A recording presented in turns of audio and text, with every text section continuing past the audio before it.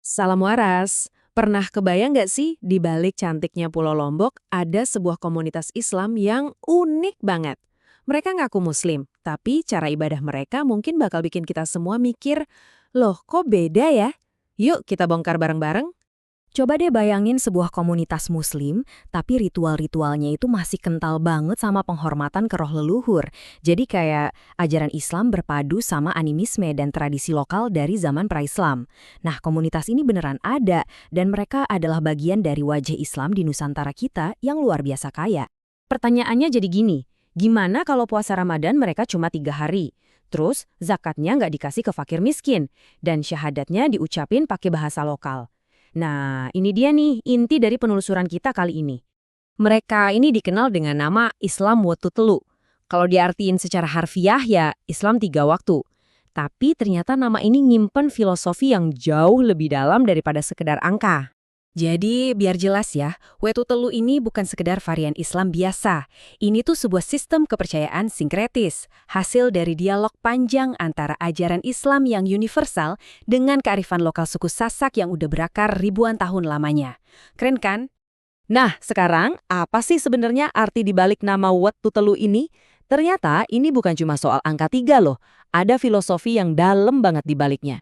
Usut punya usut, kata wetu ini diduga berasal dari bahasa Jawa, yaitu metu, yang artinya keluar atau muncul. Kalau telu, ya udah jelas ya, dalam bahasa Sasak itu artinya 3. Jadi, wetu telu bisa diartikan sebagai muncul dari 3 hal. Pertanyaannya, 3 hal apa aja tuh? Dan ini dia nih kedalaman filosofinya. Pertama, ini soal siklus reproduksi makhluk hidup. Ada yang dari benih, dari telur, sampai yang melahirkan. Kedua, ini tentang 3 fase kehidupan kita semua. Lahir, hidup, dan akhirnya mati. Dan yang paling menarik, ini juga merujuk ke 3 sumber otoritas dalam ajaran Islam. Al-Quran, hadis, dan ijma atau kesepakatan para ulama. Jadi ini benar-benar sebuah cara pandang hidup yang utuh. Oke, pertanyaannya sekarang, kok bisa sih perpaduan unik kayak gini lahir? Yuk kita coba mundur sedikit ke belakang, menelusuri jejak sejarahnya dari zaman para wali sampai ke leluhur suku Sasak.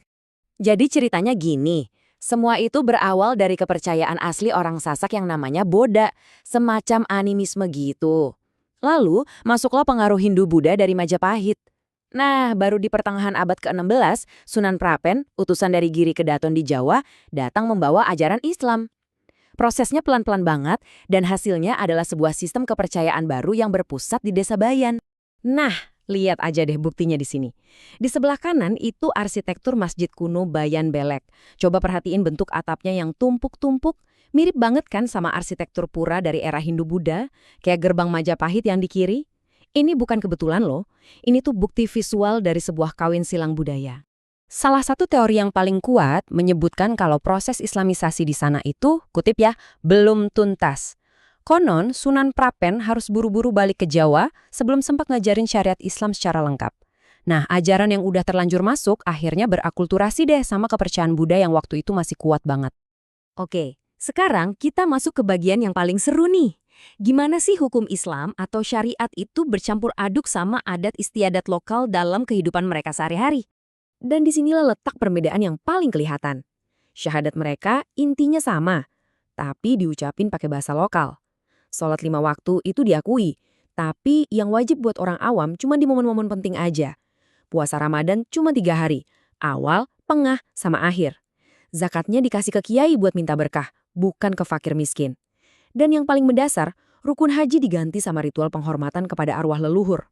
Jadi titik krusialnya itu di sini.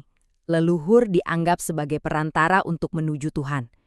Kalau sampai lupa sama leluhur, mereka percaya itu bisa mendatangkan kebendon atau sial. Seluruh hidup mereka juga diatur sama yang namanya pemalik, semacam aturan adat yang sakral. Dan setiap siklus hidup, dari lahir sampai mati, selalu dirayakan dengan ritual khusus. Nah, perbedaan-perbedaan ini, ya jelas, menciptakan dinamika tersendiri dengan komunitas muslim pada umumnya, yang oleh para penganut Wetu Telu ini disebut sebagai waktu 5. Nah, disinilah kita dapat perspektif langsung dari dalam klanan dalam. Menurut salah satu pemangku adat mereka, Raden Gedarip, Wetu Telu itu sebenarnya bukan agama yang beda, tapi lebih ke adat. Ini adalah cara mereka menghayati Islam dalam bingkai budaya Sasak. Jadi, ada dua cara pandang utama nih buat lihat fenomena ini. Di satu sisi, ada yang ngelihat ini sebagai proses islamisasi yang belum selesai. Tapi di sisi lain, dan ini yang menarik banget, ada yang ngelihat ini justru sebagai keberhasilan peribumisasi Islam. Sebuah proses kreatif buat mengadaptasi nilai-nilai universal Islam ke dalam budaya lokal. Persis kayak metode yang dipakai Wali Songo di Jawa dulu. Lalu gimana posisi Wetu Telu di era modern ini? Apakah dia masih jadi sebuah sistem ajaran yang dianut atau udah beralih fungsi jadi warisan budaya aja? Realitanya di lapangan, saat ini tuh ada pergeseran generasi. Para tetua adat masih megang teguh tradisi Wetu Telu, terutama pas upacara-upacara adat. Tapi generasi mudanya sebagian besar udah ngejalanin Islam waktu lima secara penuh. Biar gampang ngebayanginnya, ini tuh mirip banget sama keraton di Jogja atau Solo yang tetap ngelestariin upacara-upacara tradisi kuno di tengah gempuran modernitas. Watu Telu sekarang lebih berfungsi sebagai penjaga identitas dan sejarah budayanya orang Sasak. Pada akhirnya, kisah Wetu Telu ini ninggalin kita dengan satu pertanyaan yang dalam banget. Di mana sih kita harus narik garis batas antara agama dan budaya? Mungkin jawabannya adalah keduanya emang nggak untuk dipisahkan, tapi justru untuk saling memperkaya satu sama lain.